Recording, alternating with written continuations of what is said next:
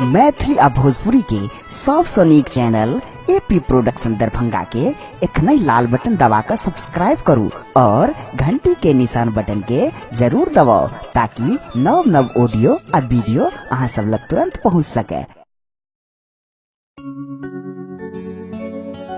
जादू भरल ई नैन अहाँ के रसगर चोर गुलाब,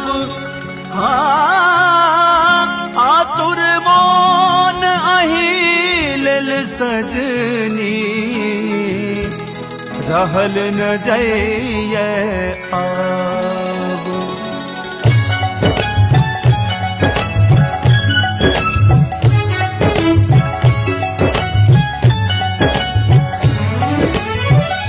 एखन अहाँ सब सुन रहल छी एपी प्रोडक्शन के शानदार प्रस्तुति।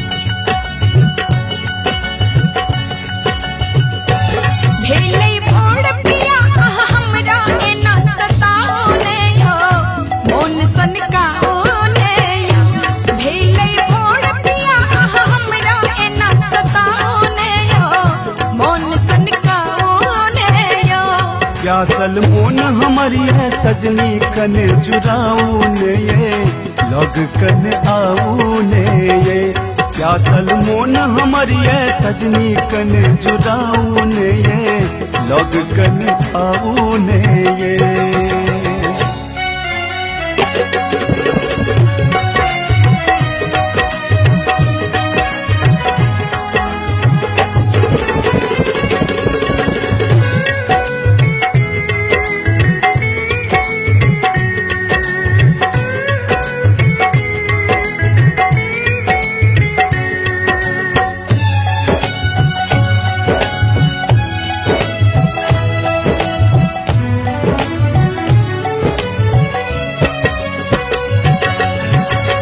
व्याकुल इमोन हमर उठिए लहरिए आह जो हमर छिता होइए किए डोरिए। दूर जाओ ना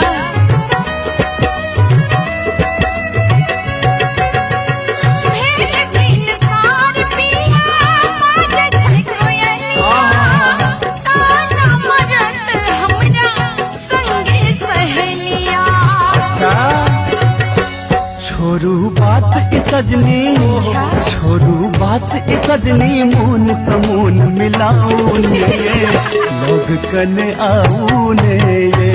छोरू बात सजनी मोन समून मिलाऊ ने लोग कन आऊ ने ये।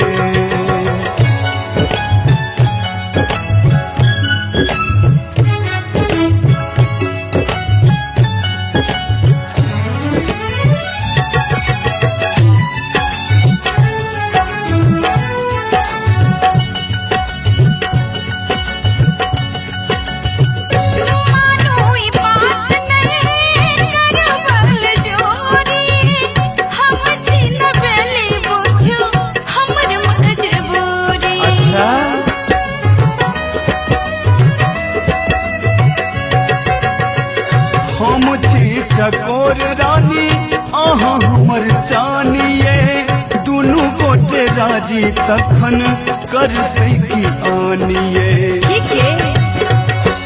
मिठ मिठ बात सजना, मिठ मिठ बात सजना हमरा एना लुभाओ ने मोन सनका बोले यो।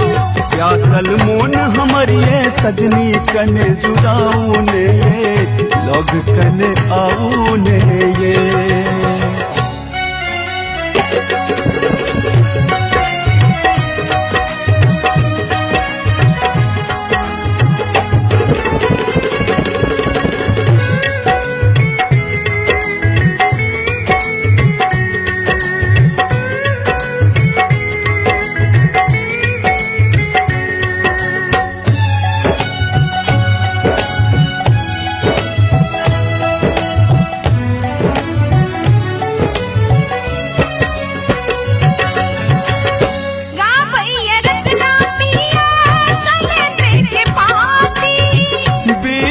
बिहार के रानी लगा लिए छाती। जाओ ना